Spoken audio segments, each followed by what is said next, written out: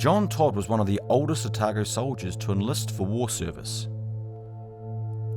Born at East Tyree in 1863, he was a member of one of the pioneer families in the district. He had a colourful career as a farming contractor in various parts of New Zealand, and by 1915 was living in Auckland, married with 2 children. At 52, he was far too old to volunteer for the New Zealand Expeditionary Force, but was determined to serve and travelled back to Dunedin to enlist.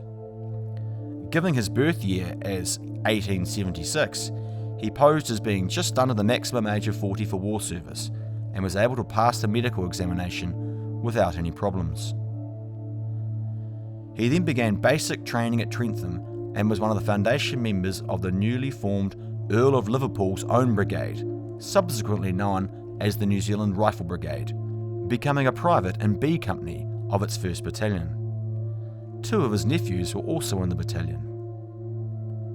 They sailed for Egypt in October 1915 and continued training in the desert near Cairo.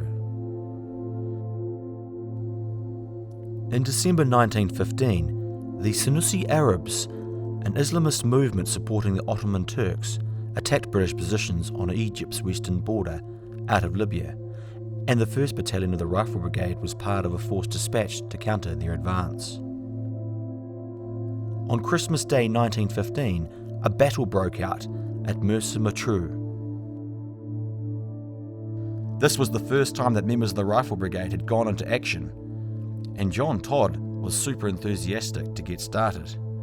He rushed forward of his platoon in the advance into Senussi fire and was hit by a bullet in the abdomen, dying almost instantly.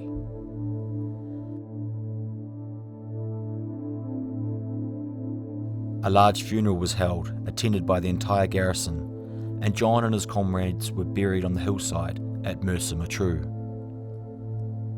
Their remains were subsequently moved to the Chatby Military Cemetery in Alexandria, where they are today remembered.